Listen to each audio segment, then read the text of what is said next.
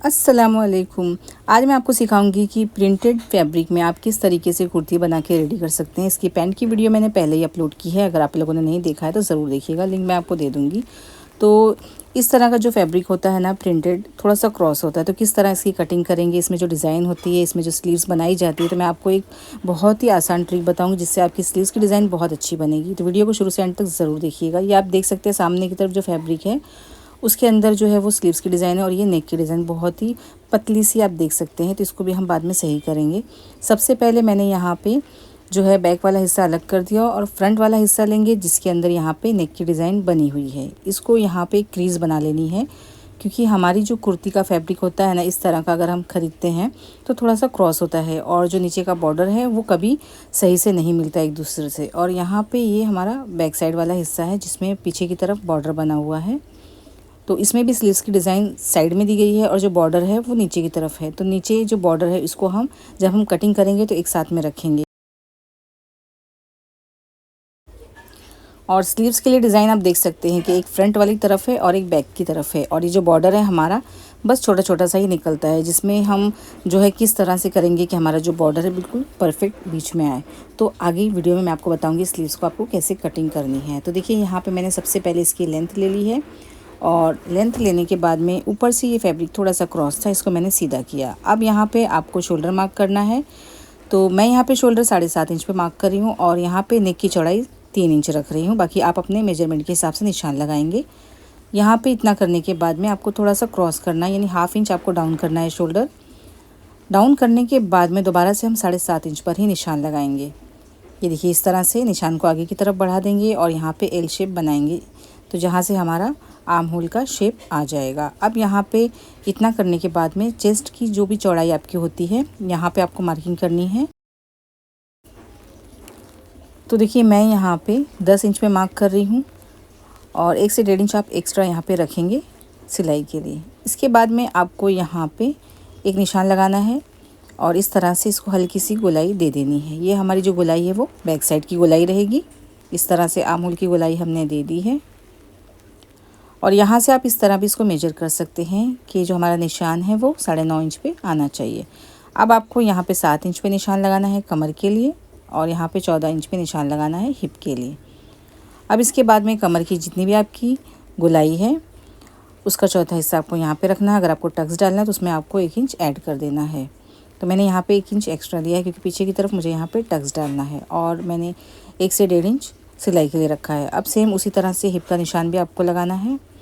Hip का निशान लगाने के बाद में यहाँ पे स्केल से निशान लगा देंगे। आप चाहे तो डायरेक्ट मेजर टिप से भी निशान लगा सकते हैं।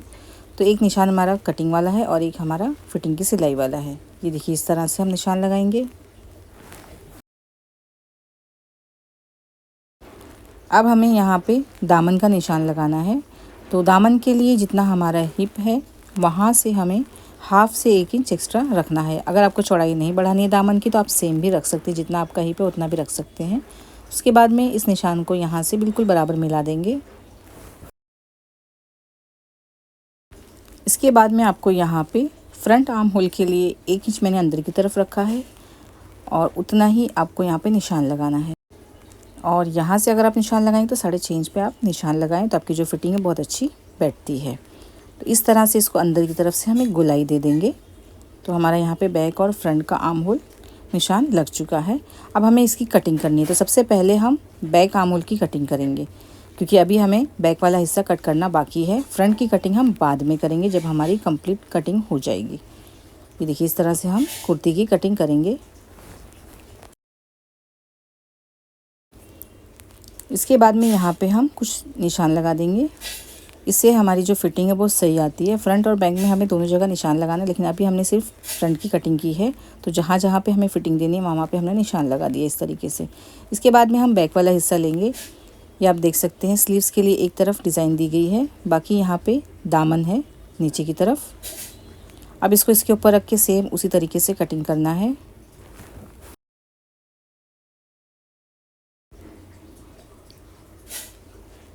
ये देखिए यहाँ पे मैंने कटिंग कर दी है। अब सेम उसी तरीके से इसके ऊपर भी निशान लगा देंगे, ताकि जब हम सिलाई करें तो हमारी जो फिटिंग है वो सही बैठे।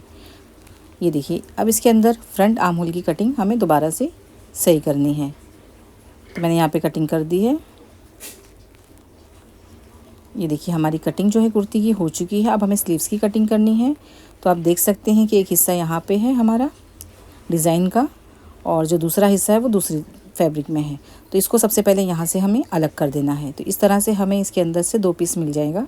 ये देखिए इस तरह से एक प्लेन है और एक बॉर्डर वाला है। सेम इसी तरह से दूसरा जो हमारा हिस्सा है जो बैक में से निकला था, इसमें भी हमें एक हिस्सा ही डिज़ाइन मिली। अब देखिए क्या करना है कि आपके जो डिज़ाइन है वो बिल्कुल परफेक्ट है स्लीव्स में, इसको भी आपको यहाँ से अलग कर देना है।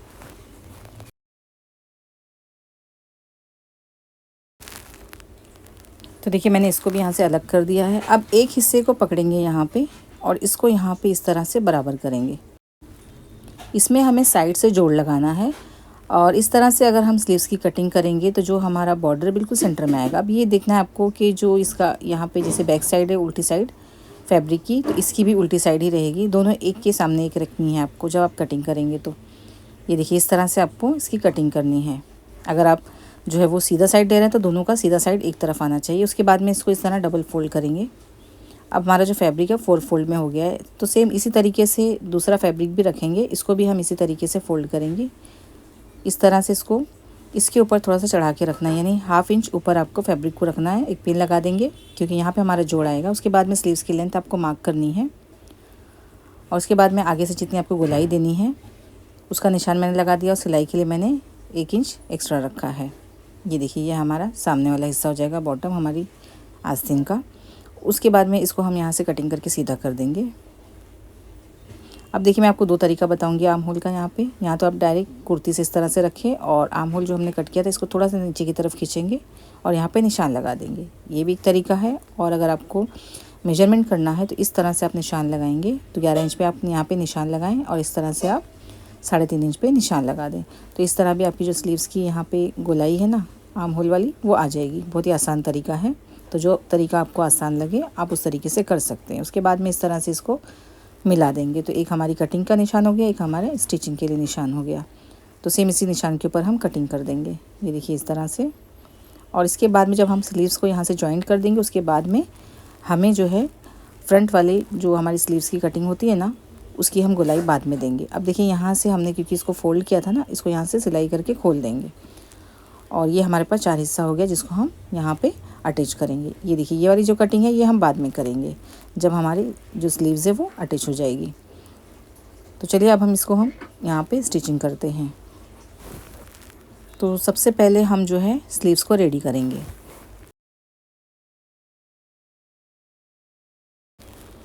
तो इसके अंदर जो हमारा जॉइंट है उसको हम सबसे पहले जॉइंट को कंप्लीट कर देंगे। तो हमारे दोनों स्लीव्स में इसके अंदर जोड़ लगा है। अब इसके अंदर हमें जो है सामने की तरफ से फैब्रिक को फोल्ड करके सिलाई लगानी। इस तरह से इसको डबल फोल्ड करके हम डायरेक्ट सिलाई लगा सकते हैं इसके ऊपर। अगर आपको लेस लगानी है तो आप साथ साथ में लेस भी लगा सकते हैं। ये देखिए इस तरह से मैंने इसके ऊपर सिलाई लगा दी है। अब इसके ऊपर हम डबल सिलाई करेंगे।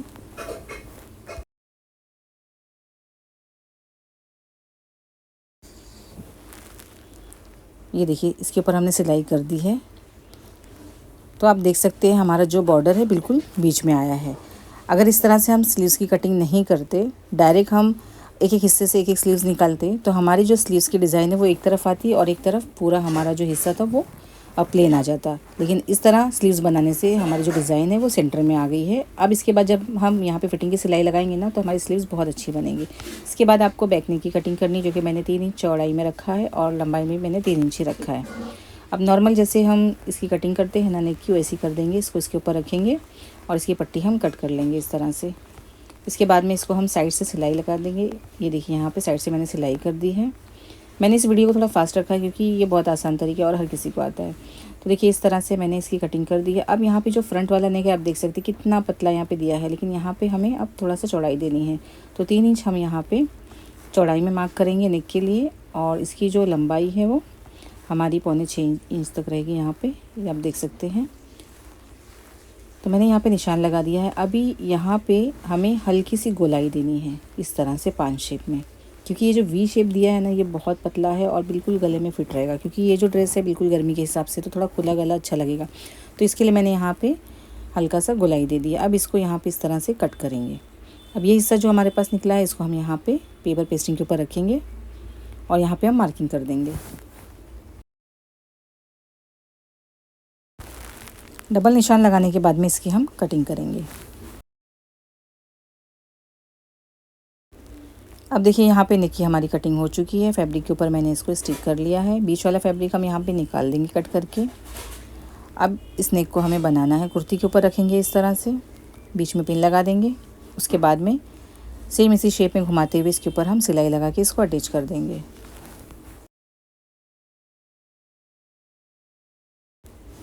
अटैच करने के बाद में यहाँ पे जो एक्स्ट्रा था हमने कट कर दिया है।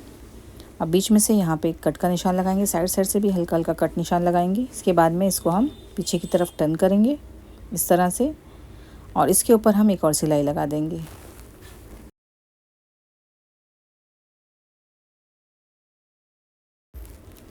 फ्रंट और बैक का जो नेक है हमारा बन चुका है। इसके बाद में हमें शोल्डर को जॉइंट करना है। तो बैक वाला हिस्सा आपको नीचे रखना है, फ्रंट वाला हिस्सा ऊपर रखना है और इस तरह से जो फ्रंट वाला नेक है इसको बैक वाले नेक के ऊपर इस तरह से कर देना है ताकि आपका शोल्डर जो है वो जॉइंट हो जाए अच्छे तरीके से। ये देखिए यहाँ पे शोल्डर मैंने यहाँ पे जॉइंट कर दिया है।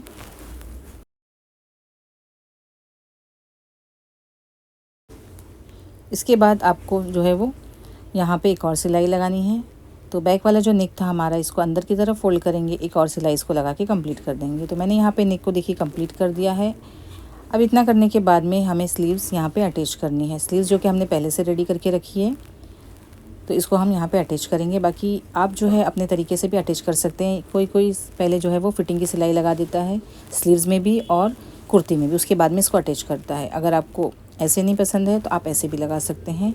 मुझे ये तरीका ज़्यादा आसान लगता है। सबसे पहले मैंने यहाँ पे जो है इसकी कटिंग कर दी है क्योंकि स्लीव्स में हमें इस तरह से कटिंग करनी होती है क्योंकि हमने कुर्ती में भी फ्रंट के आर्म होल की कटिंग अलग तरीके से की थी अंदर की तरफ। तो मैंने यहाँ पे स्लीव्स में भी इसकी कटिंग कर दी है। अब देखिए यहाँ पे शोल्डर से इसको जॉइंट करेंगे। सेंटर को सेंटर से आपको मिला देना है इस तरह से और यहाँ से हम सिलाई लगाना स्टार्ट करेंगे और हमारी स्लीव्स की जो स्टिचिंग है यहाँ पे हमें डबल करनी है। इस तरह से गोल घुमाते जाएंगे और हम पूरी स्लीव्स को एक साथ में अटैच कर देंगे। ये बहुत आसान तरीका होता है।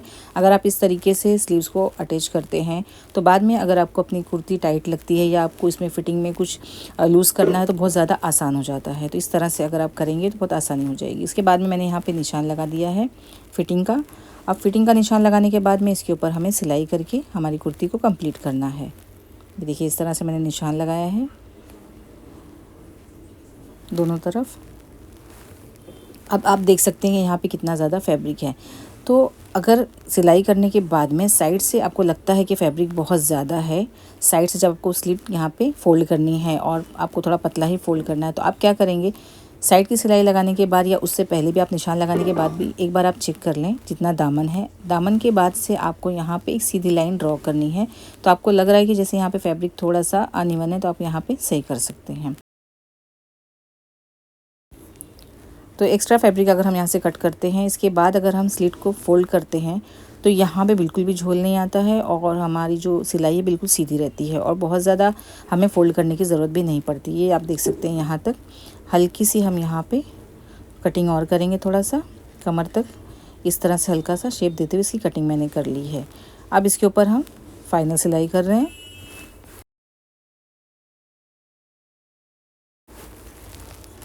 देखिए हमने यहाँ पे सिलाई लगा दी है। कमर पे हल्का सा यहाँ पे दोनों तरफ आपको कट का निशान लगाना है जिससे शेप बहुत अच्छा आता है। इसके बाद में हमें इसके अंदर टक्स डालना है। तो टक्स के लिए भी मैं आपको बताऊंगी कैसे आपको यहाँ पे निशान लगाना है। देखिए मैंने यहाँ पे दोनों तरफ कमर पे क्रॉस निशान लगा दिया है कट का। अब यहाँ पे अगर आप चाहें तो पहले भी ये काम कर सकते हैं, जब आपने सिलाई की तो उससे पहले भी आप निशान लगा सकते हैं। यहाँ से ऊपर से आपको 9.5 इंच पे निशान लगाना है इस तरह से। ये देखिए इस तरह। उसके बाद में आपको चौड़ाई देनी है जो कि 4 इंच पे रहेगी। इसके बाद में टक्स की जो लंबाई है वो आप 9.5 इंच या 9 इंच भी रख सकते हैं, जैसी हाइट है उस हिसाब से रखते हैं। तो मैंने यहाँ पे 9.5 इंच रखा है। अब चौड़ाई सेम यहाँ पे 4 इंच पे मार्क करेंगे और इस निशान को सीधा कर देंगे इस तरह से। तो यहाँ पे इसको पकड़ते हुए हमें सिलाई लगानी है। 1/2 इंच जितनी दूरी रखते हुए हम सिलाई लगाएंगे। अब देखिए दूसरी तरफ निशान लगाना है तो उसके लिए बहुत अच्छी ट्रिक है कि आप यहाँ पे जो पिन है इसको इस तरह से निशान पे डाल दें। पीछे की तरफ जो पिन निकलेगी सेम वहीं पे आपको निशान लगाना है। तो इससे आपका जो निशान है बिल्कुल परफेक्ट आता है, आगे पीछे नहीं होता है और दोबारा आपको यहाँ पे नाप लेने की भी ज़रूरत नहीं है। ये आप देख सकते हैं आपका निशान बिल्कुल परफेक्ट आया है, कुछ कम ज़्यादा नहीं होता है क्योंकि पिन हमने सीधे कपड़े से बाहर निकाल दी थी। देखिए इस तरह से, ये देखिए हमने निशान लगा दिया है। अब इसको हम यहाँ पे इस तरह से हाफ इंच अंदर की तरफ करते हुए सिलाई लगाएंगे। ऐसे पकड़ते हुए हम इसके ऊपर टक्स डाल देंगे कुर्ती पे। तो देखिए हमने इसके ऊपर सिलाई कर दी है, टक्स भी हमने डाल दिया है और ये आप देख सकते हैं पीछे की तरफ से। अब साइड की जो स्लिप पे यहाँ पे सिलाई लगानी है तो इसको यहाँ पे डबल फोल्ड करते हुए हम सिलाई कर देंगे। तो इसके ऊपर मैं यहाँ पे बिल्कुल सिंपल इस तरह से सिलाई लगा रही हूँ डबल फोल्ड करते हुए, और नीचे दामन में भी मैं कुछ लेस वगैरह नहीं लगा रही। अगर आपको लगानी है तो आप डायरेक्ट जो है वो लगा सकते हैं बाहर की तरफ से भी, अगर इनविजिबल तरीके से लगानी है तो आप वैसे भी लगा सकते हैं। तो यहाँ पे मेरी कुर्ती कंप्लीट हो चुकी है, आप देख सकते हैं।